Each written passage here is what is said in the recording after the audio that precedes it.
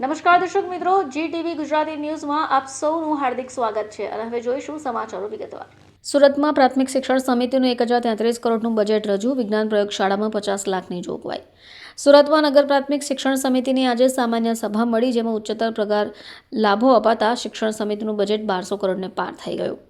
2025-2026માં 1033 કરોડના બજેટનો અંદાજ રજૂ થયો. 2 જોડી યુનિફોર્મ અને 1 જોડી બૂટ મોજા આપવામાં આવશે. આ સાથે બેન્ચ ખરીદવા 3 કરોડ અને વિજ્ઞાન પ્રયોગશાળામાં 50 લાખની જોગવાઈ કરાઈ છે.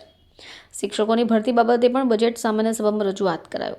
દરેક શાળામાં ધોરણ 6માં પ્રથમ ક્રમ મેળવનાર વિદ્યાર્થીને સાયકલ ઇનામ તરીકે અપાશે. શાળાઓના મકાન ભાડામાં 14.90 લાખની જોગવાઈ પણ કરાઈ. આ સાથે જ વિદ્યાર્થીઓના હિતમાં બેન્ચ ખરીદવા સહિતની પ્રયોગશાળા માટે પણ ફંડ ફાળવાયું છે. વિપક્ષના પણ આક્ષેપો થઈ રહ્યા છે. વિપક્ષના રાકેશ હિરપરાએ જણાવ્યું કે ખર્ચો ખૂબ થઈ રહ્યો છે, પરંતુ શિક્ષકોની ઘટ છે. કર્મચારીઓની કચેરીમાં પણ અછત છે. શિક્ષકોને જે કામ અપાય છે એને કારણે શિક્ષકો ભણાવી નથી શકતા. દીકરીઓને સેનેટરી પેડની રજૂઆત કરવા છતાં પ્રાવધાન છે જ નહીં. સોલાર પેનલ લગાવવાની પણ વાતનો ઉલ્લેખ નથી. એજન્સીઓ દ્વારા ભ્રષ્ટાચાર કરાય છે, જેને મુદ્દે પણ રજૂઆત કરાઈ હતી, પરંતુ તેની પર કોઈ ધ્યાન અપાતું જ નથી. જેથી અમારી માંગણી છે કે આવતા બજેટમાં એ યોગ્ય રીતે કામ કરવામાં આવે.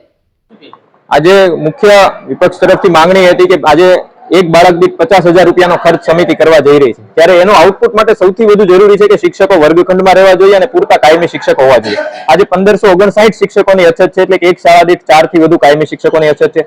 અંગ્રેજી માધ્યમની 11 શાળાઓમાં મળીને માત્ર 36 શિક્ષકો છે. 155 બાળકો ઉપર અંગ્રેજી માધ્યમમાં એક શિક્ષક છે. અહીંયા કચેરીની વાત કરીએ તો કચેરીમાં મહેકમ ખૂબ મોટા પ્રમાણમાં 400 ની જરૂરિયાત છે, એની સામે માત્ર 185-186 કર્મચારીઓ કામ કરે છે. 300 થી વધુ કર્મચારીઓની કચેરીમાં અછત છે.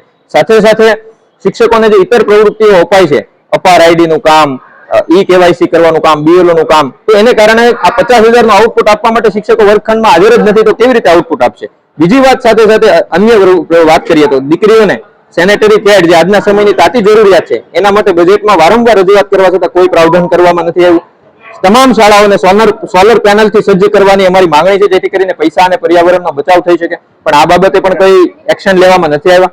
બીજું છે કે આખા વર્ષ દરમિયાન જે વસ્તુઓ આવે છે સમયસર નથી આવતી, નથી બૂટ મોજા સમયસર આવતા, નથી યુનિફોર્મ, અને આ એજન્સીઓ જે છે એ જે ભ્રષ્ટાચાર કરે છે, ગેરરીતિ કરે છે, એના આઉટસોર્સિંગના કર્મચારીઓનું જે શોષણ કરે છે, આ તમામ મુદ્દે આજે રજૂઆત કરી હતી અને માંગણી કરી હતી કે આ તમામ વસ્તુઓ છે એને વ્યવસ્થિત કરવામાં આવે, જેથી કરીને આવતા વર્ષના જે બજેટ છે સુચારુ રૂપે એના ઉપર અમલ થઈ શકે.